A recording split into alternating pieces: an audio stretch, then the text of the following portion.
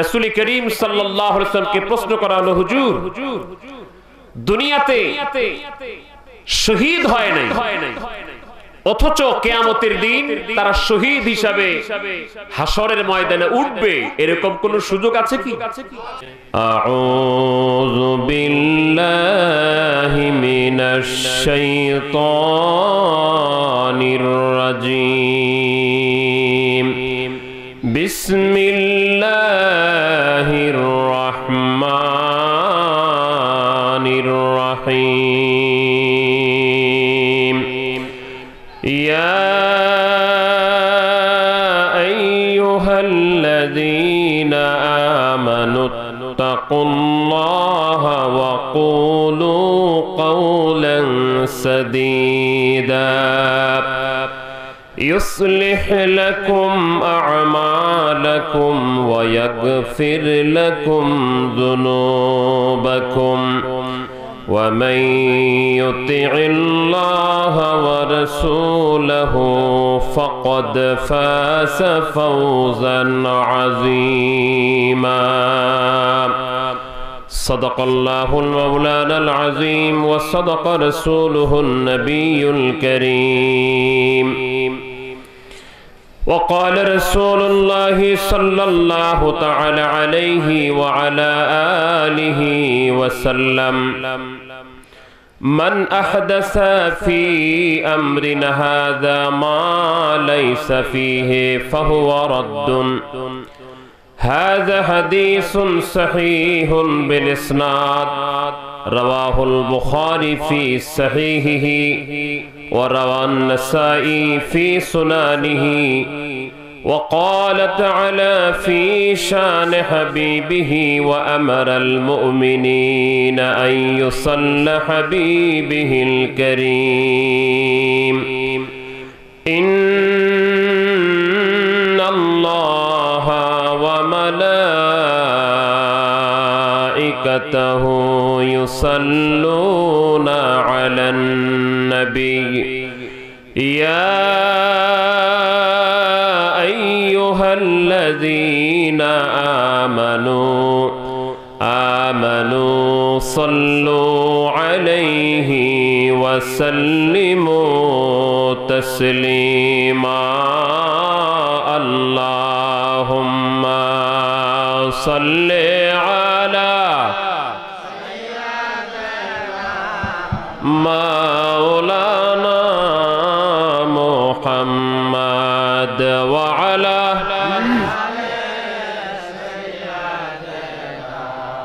مولانا مشرق حب محمد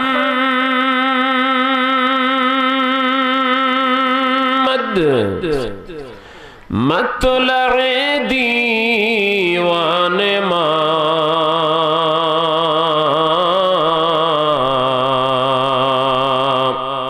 مطلع خورشید اسقاس سینہ سو جان ما اللہم صلی علی sound বাড়বে না আর sound বাড়বে না وعلى آل سيدنا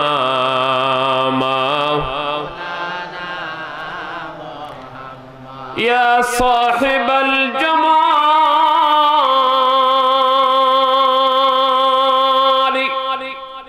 ويا سيد البشر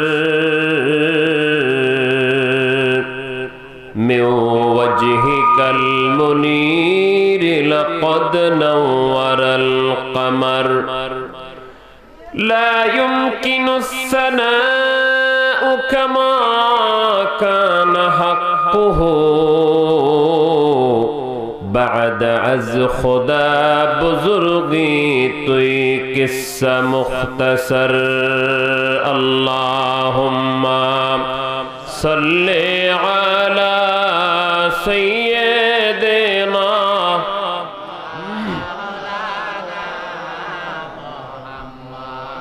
وعلى آل سيدنا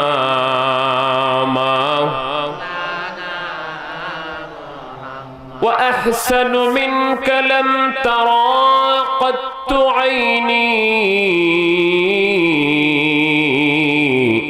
وأجمل منك لم تلد النساء كأنك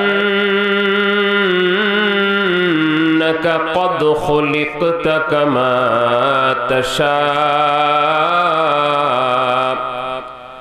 إنك خلقت مبرأ من كل عيب كأنك قد خلقت كما تشاء اللهم صل على مولانا محمد وعلى آل سيدنا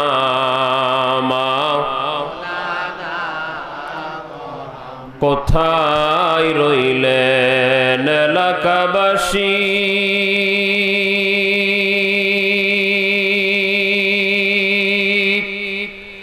এই জান্নাতের বাগান ছাড়িয়া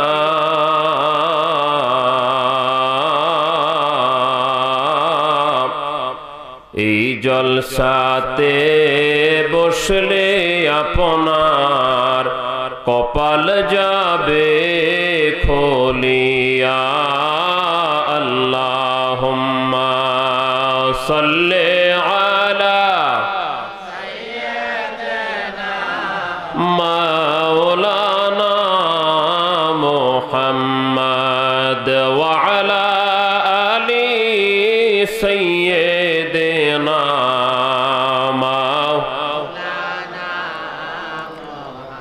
লা ইলাহা ইল্লাল্লাহ লা ইলাহা ইল্লাল্লাহ লা ইলাহা ইল্লাল্লাহ মুহাম্মাদুর রাসূলুল্লাহ এই কালেমা যে পড়বে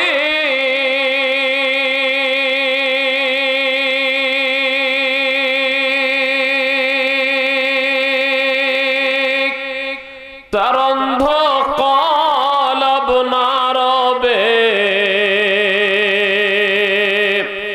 নূরে হেতে নূর বয়ে যায় নূর মুহাম্মদ সাল্লাল্লাহু লা ইলাহা ইল্লাল্লাহ লা ইলাহা ইল্লাল্লাহ লা ইলাহা ইল্লাল্লাহ মুহাম্মাদুর রাসূলুল্লাহ সাল্লাল্লাহু তাআলা আলাইহি ওয়া আলা আলিহি ওয়া সাল্লাম। এই পবিত্র আজিমুশান ইসলামী জলসায় যে মহান রব্বুল আলামিন আমাদেরকে আসার এবং বসার তৌফিক দান করেছেন, আসুন আমরা আল্লাহ পাকের দেওয়া জবান দিয়ে আল্লাহর শুকর আদায় করে সকলে মহব্বতে পড়ি আলহামদুলিল্লাহ।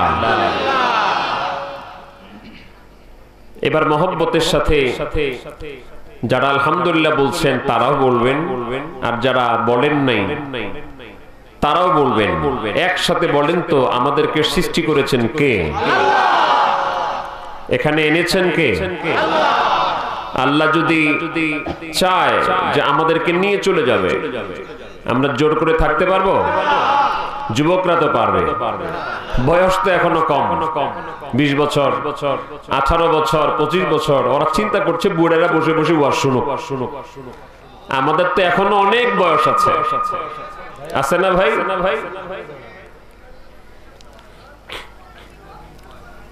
আল্লামা জালালউদ্দিন আব্দুর রহমান সুয়ুতি রাহমাতুল্লাহ আলাইহি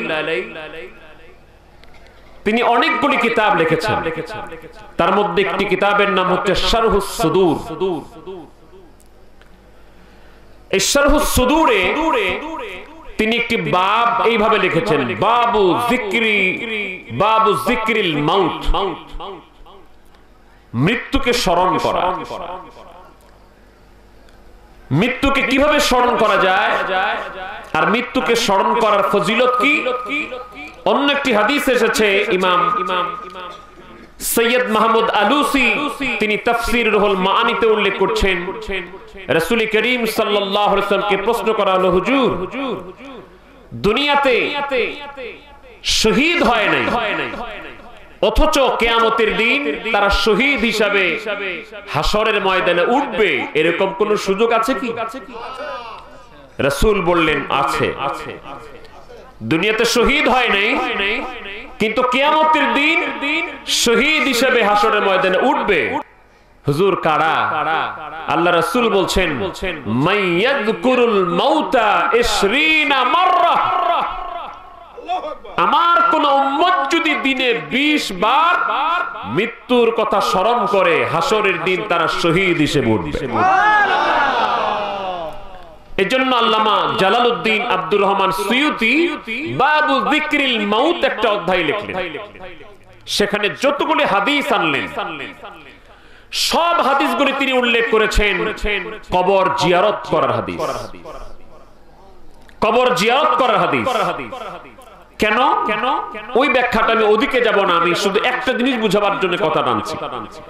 আপনি যখন আগামীকাল সকালে গোরস্থানে যাবেন, কবরে যাবেন, জিয়ারত করতে যাবেন, পুরাতন কবরগুলি তো চেনা যায় না, নতুন নতুন কিছু কবর চেনা যায়।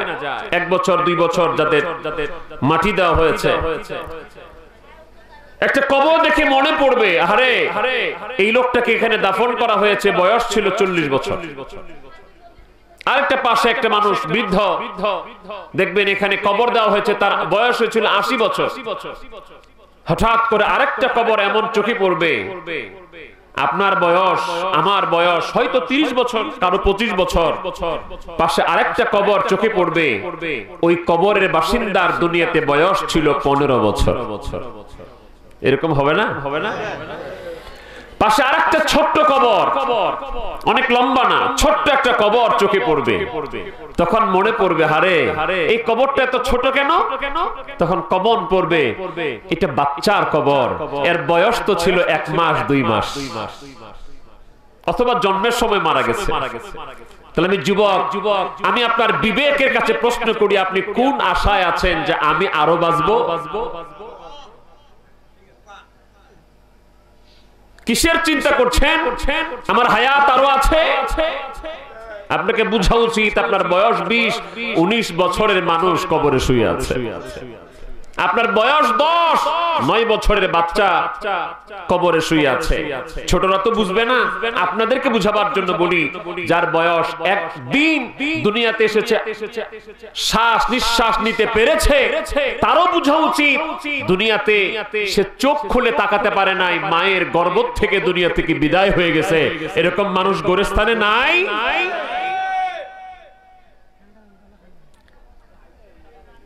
কিসের চিন্তা করি আমরা, কিসের ভাবনা করি? ওই আল্লাহ যদি আমাদেরকে ডাক দেন, আমি কথায় ফিরে আসি, ওই আল্লাহ যদি আমাদেরকে ডাক দেন, আমরা কি ইচ্ছা করে থাকতে পারবো? তো আল্লাহকে একবার মহব্বতের সাথে ডাক দিয়ে বলেন তো, আল্লাহু আকবার, আলহামদুলিল্লাহ। আল্লাহ কি বেজার না খুশি? খুশি, অনেক খুশি। যারা বাবা হয়েছেন, আমার কথাটা কয়েক সেকেন্ড চিন্তা করেন। পর্দার অন্তরে যারা মা হয়েছেন, আমার কথাটা চিন্তা করেন। একটা বাচ্চার পিছনে আপনি সময় দিয়েছেন, টাকা খরচ করেছেন, মায়ের গর্ভে সে বড় হচ্ছে, ওই বাচ্চাটা আপনি আশায় থাকেন, হারে আমার বাচ্চাটা কোন দিন আমাকে বাবা বলে একটা ডাক দিবে। একটা মা গর্ভে দৌড়ে প্রসব বেদনা সহ্য করে থাকে, প্রসব করে, দুধ খাওয়ায়, তারও একটা আশা থাকে, হারে আমার বাচ্চাটা কোন দিন আমাকে মা বলে ডাকবে। আমার মা বোনেরা, আপনারা তো আর আমার সাথে কথা বলতে পারবেন না, আমি আশা করছি আপনারা একমত হবেন। একটা বাচ্চা যখন তার মাকে মা বলে ডাক দেয়, মায়ের কলিজে এত ঠান্ডা হয়ে যায়, লাখ লাখ কোটি কোটি টাকা দিলেও সে শান্তি পাওয়া যায় না। আমার ভাইরা, আপনার ছেলে আপনাকে মা বলে ডাক দিয়ে, বাবা বলে ডাক দিলে আমার ভাইরা বোনেরা খুশি হয়ে যান, অথচ সন্তানের সৃষ্টির ব্যাপারে আপনার কোনো হাত নাই। আপনি ইচ্ছা করলে একটা ছোট বাচ্চা কেন, একটা বাড়ি কোনো সৃষ্টি করতে পারবেন না। শুধুমাত্র আপনাকে আল্লাহ লালন পালন করার দায়িত্ব দিয়েছেন। আপনার ওরসে একটি সন্তানকে আল্লাহ তাআলা পাঠিয়েছেন। ওই সন্তানটা যখন বাবা বলে ডাক দেয়, বাবার কলিজা ঠান্ডা হয়। মা বলে ডাক দিলে মার কলিজা ঠান্ডা হয়ে যায়। যেই আল্লাহ আপনাকে সৃষ্টি করেছেন, যে আল্লাহ পাক বলছেন, হাল আতা আলাল ইনসানি হিনুম মিনাদ দাহরি লাম ইয়াকুন শাইআম মাযকুরা। বান্দারে, এই মানুষ, তোমার কি এমন একটা সময় ছিল না? এখন তো তোমার নাম মাসুদুর রহমান, তোমার নাম নূরে আলম, তোমার নাম লিয়াকত আলী, তোমার নাম রশিদুল। এমন একটা সময় ছিল তোর নাম বলতে কিছু ছিল না, কিছুই ছিল না, উল্লেখযোগ্য করার মতো কিছুই ছিল না। এই সব কিছু করেছেন কে? তো ওই আল্লাহ অনস্তিত্ব থেকে অস্তিত্বে যিনি এনেছেন, ওই আল্লাহকে যখন তার বান্দারা আল্লাহ বলে ডাক দেয়, আমার আল্লাহ কত যে খুশি হয়। আল্লাহু আকবার। আমি একটা হাদিস শুনি আলোচনাগুলো শুরু করছি। আমার রাসূল বলেন, রাহমাতুল লিল আলামিন সাল্লাল্লাহু আলাইহি ওয়াসাল্লাম বলেন, কোন বান্দা যদি আমার আল্লাহকে একবার আল্লাহ বলে ডাক দেয়, আমার আল্লাহ রাব্বুল আলামিন কুদরতি ভাবে বান্দাকে 10 বার ডাক দেন। আল্লাহর কোন বান্দা যদি আমার আল্লাহর দিকে অর্ধ হাত আগায়, আমার রাসূল পাক সাল্লাল্লাহু আলাইহি ওয়াসাল্লাম বলেন, আমার আল্লাহ পাক কুদরতি ভাবে ওই বান্দার দিকে 1 হাত আগায়া যায়। আমার আল্লাহর কোন বান্দা যদি আল্লাহর দিকে 1 পা এগিয়ে যায়, আমার আল্লাহ পাক ওই বান্দার দিকে 10 পা এগিয়ে যায়। কোন বান্দা যদি আমার আল্লাহর দিকে হাঁটতে শুরু করে, আমার আল্লাহ পাক ওই বান্দাকে তার রহমতের কোলে নেবার জন্য দৌড়াতে শুরু করে দেন। এখানে আমি একটা আকীদার কথা বলি। আমাদের মতো দৌড়, আমরা যে 2 পায়ে দৌড় দিই, এরকম দৌড় দেয় আল্লাহ। এরকম কি কল্পনা করা যাবে? লাইসা কামিসলিহি শাই। শারহু আকাইদুন নাসাফি বলেন, শারহু কিতাবে ফিকহিল আকবার বলেন, আকীদাতুত তাহাবি বলেন, আল্লাহর যে কোনো মিসাল নাই, আল্লাহর কোনো দৃষ্টান্ত নাই, আল্লাহকে বুঝার কিছু নাই, আল্লাহর উপমা নাই। আল্লাহ পাক নিজে বলছেন, প্রত্যেকটা আকীদার কিতাবে এই আয়াতে কারিমাকে দলিল নিয়ে আসা হয়েছে, লাইসা কামিসলিহি শাই। আল্লাহকে বুঝানো যায় আল্লাহর মতো তত এরকম সেরকম, এটা আমার আল্লাহর সাথে যায়। আল্লাহ কেমনে দৌড় দেয়? আল্লাহর শান অনুযায়ী। আমরা আরেকটা আয়াতে কারিমা শুনি, যখন একজন মানুষ আমার আল্লাহ পাককে ডাক দেয়, আমার আল্লাহর জিকির করে, তখন আল্লাহ কি করে? আল্লাহ কুরআনুল কারীম সূরা বাকারা বলছে, ফাযকুরুনি আযকুরকুম ওয়াশকুরুলি ওয়ালা তাকফুরুন। আল্লাহ বলছেন ফাযকুরুনি, ফাযকুরু জমা মুজাক্কার হাজিরের সিগা, তোমরা সবাই আমি আল্লাহর জিকির করো। একটু মহব্বতে বলেন আলহামদুলিল্লাহ। এবার এই কথাটা আপনাকে সবাইকে বলতে হবে, তাহলে জিকির করার হুকুম কার? তো এই কাজটা যদি কেউ করে আর যদি কেউ বেজার হয় তাহলে তার কপালটা কোথায় এটা আপনি একটু ভাবিয়ে। জিকির করা হুকুম দিচ্ছেন কে? আল্লাহ।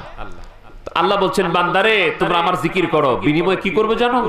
আযকুরকুম, আমি আল্লাহ নিজে তোমাদের জিকির করব। কিভাবে করবেন? অনেকগুলি ব্যাখ্যার মধ্যে আমি একটা ব্যাখ্যা দিচ্ছি হাদিস শরীফ থেকে, এই আয়াতের তাফসীরে। আল্লাহর হাবিব বলেন কোন বান্দা যদি আমার আল্লাহকে একা একা স্মরণ করে, কোন বান্দা যদি আমার আল্লাহর একাকী জিকির করে, আমার আল্লাহ পাক তার শান অনুযায়ী একাকী তার বান্দার স্মরণ করে। আর কোন বান্দা যখন দলবদ্ধভাবে একত্রিত হয়ে আমার আল্লাহর জিকির করে, আমার আল্লাহ তাআলা ফেরেশতাদের মজলিস করে করে তাদের জিকির করে।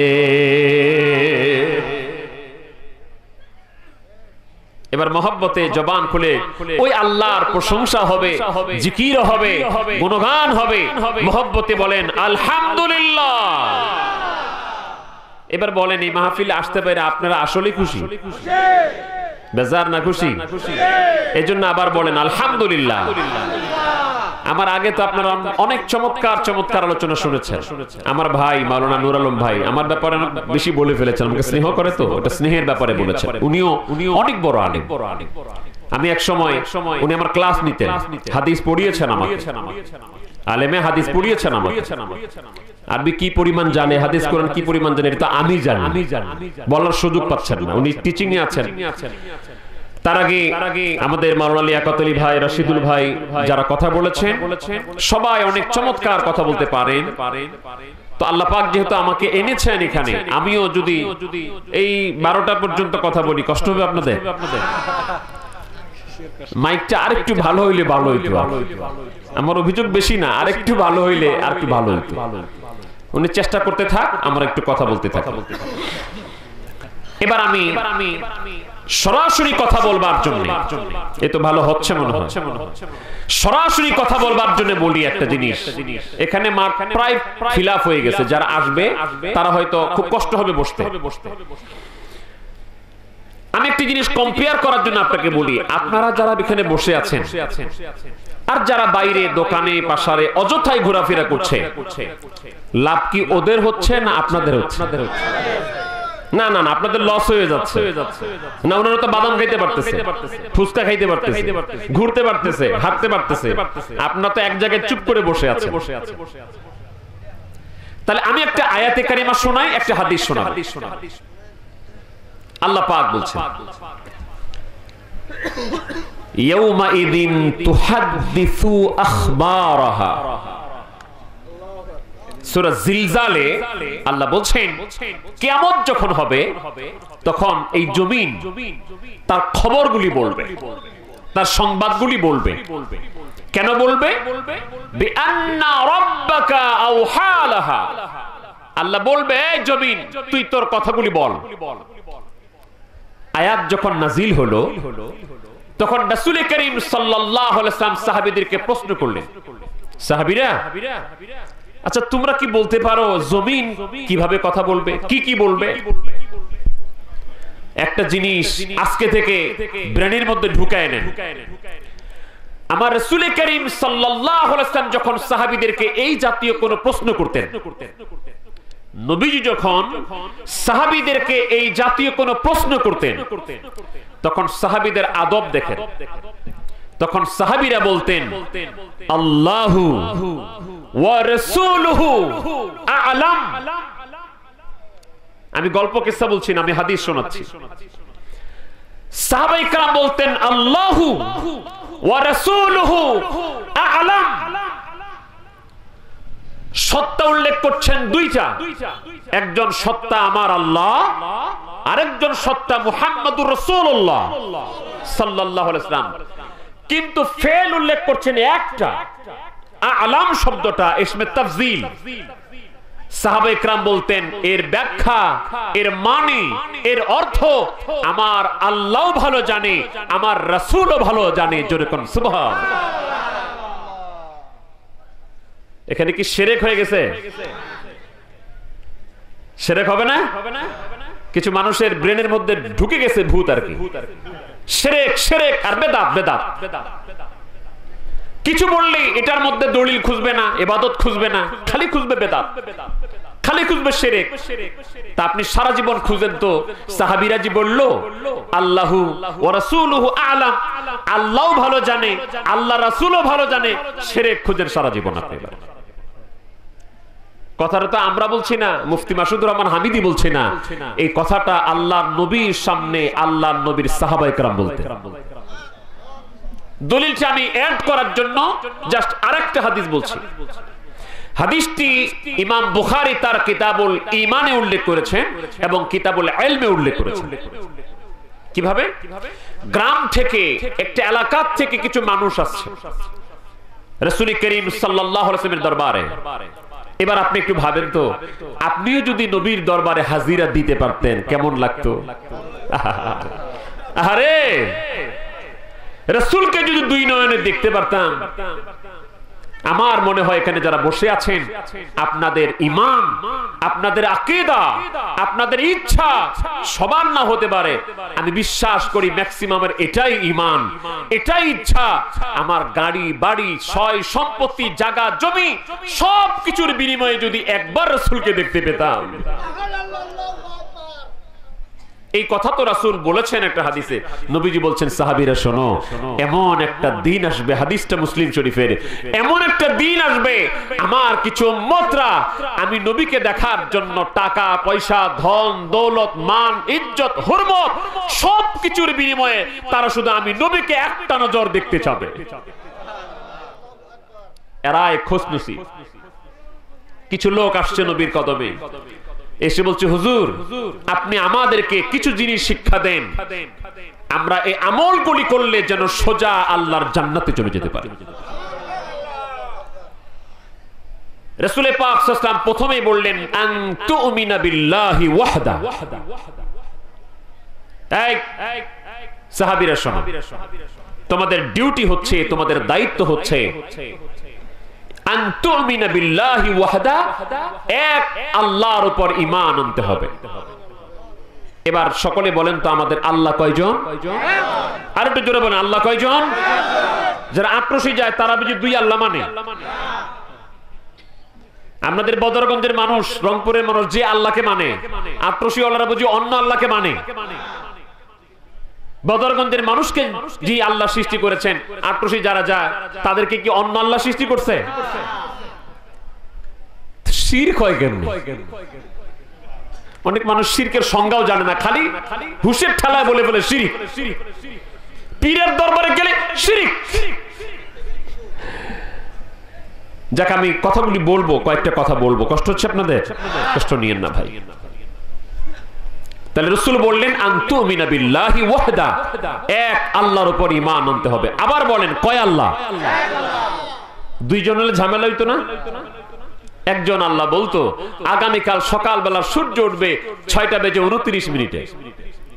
আরেক আল্লাহ বলতো না, আগামীকাল সকালবেলা সূর্য উঠবে 7:29। হ্যাঁ, সূর্য বেড়াই করতো কি?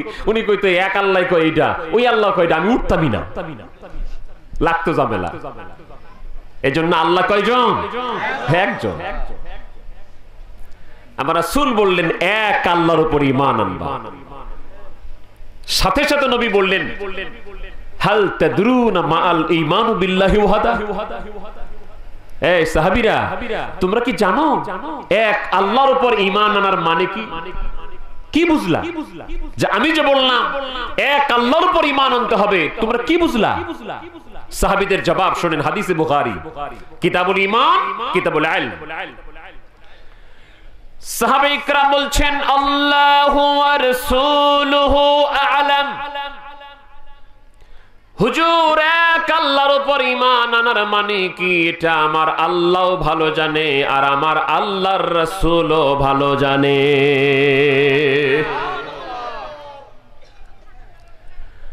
আমার নবীজি বললেন আনতা শাহাদা আল্লাহ ইলাহা ইল্লাল্লাহ ওয়া আন্না মুহাম্মাদার রাসূলুল্লাহ লা ইলাহা ইল্লাল্লাহ লা ইলাহা ইল্লাল্লাহ লা ইলাহা ইল্লাল্লাহ মুহাম্মাদুর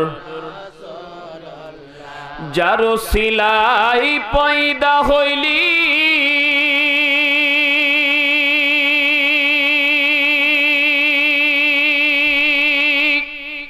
তোরা তারে কেনে ভুলে গেলি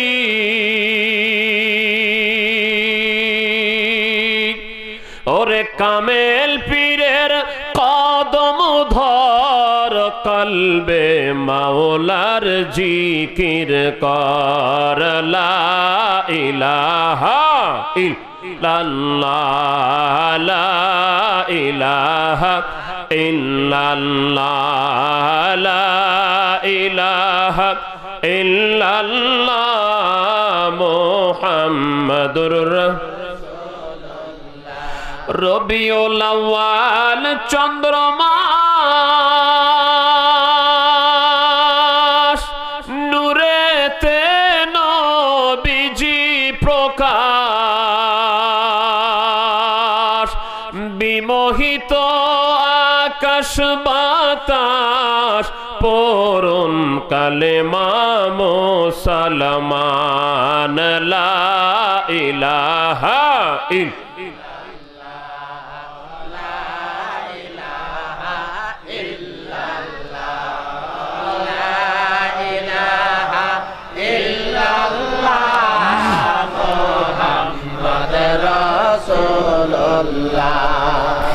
সাহাবায়ে কেরাম বললেন আল্লাহ আল্লাহ রাসূল ভালো জানেন নবী বললেন এক আল্লাহর উপর ঈমান আনতে হলে তোমাকে পড়তে হবে লা ইলাহা ইল্লাল্লাহু মুহাম্মাদুর রাসূলুল্লাহ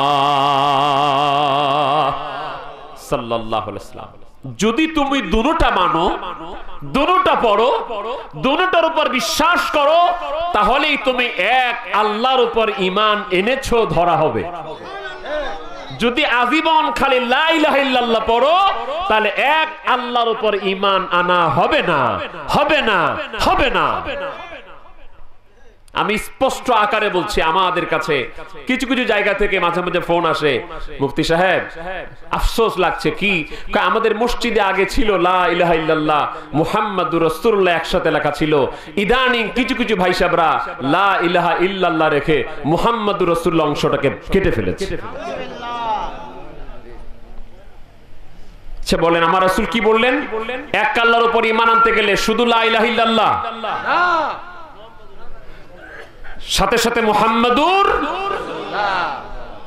সাল্লাল্লাহু আলাইহি ওয়াসাল্লাম এক পাশে আল্লাহ আর এক পাশে মুহাম্মদ আমি যখন দেখি কোন মসজিদে কোন ঈদগাহে কারো বাড়ির গেটের মধ্যে আমার কলিজা ঠান্ডা হয়ে যায় আমার কাছে আমার এলাকার এক ভাই উনি লামাযহাবী উনি আমাকে চায়ের দোকানে বসে চায়ের দোকানে আমি মোটেই বেশি একটা বসি না জাস্ট যতক্ষণ চা খাওয়া দরকার বেশিরভাগ সময় বাড়িতে বানাই খাই না হলে যতক্ষণ চা খাওয়া দরকার ওই কয়েক মিনিটে থাকি এটা আমি আপনাদেরকে ভাই হিসেবে অনুরোধ করি বাজারে যায় ঘন্টার পর ঘন্টা বিনা কাজে অযথা সময়টা নষ্ট করবেন না কেন করবেন না যতক্ষণ আপনি বাজারে থাকেন চায়ের দোকানে আড্ডা দেন ততক্ষণ কি জিকির করেন নাকি কি করেন গল্প গল্পের ভিতরে ম্যাক্সিমাম গল্প গীবত পরচর্চা পরনিন্দা মিথ্যা কথা এজন্য আমার পীর কেবলা জান আমাদেরকে রিয়াজত দিয়েছেন কম খাও কম ঘুমাও কম কথা বলো আমার পীর কেবলা জান বেশি কথা বলার কুফল সম্পর্কে বলছেন মানুষ যারা বেশি কথা বলে তারা অধিকাংশ মিথ্যা কথা বলে মানুষ যারা বেশি কথা বলে তারা অধিকাংশ গীবত করে আর আপনি আমি যা বলি সব কথা রেকর্ড হয় কি হয় না কিরামান কাতিবিন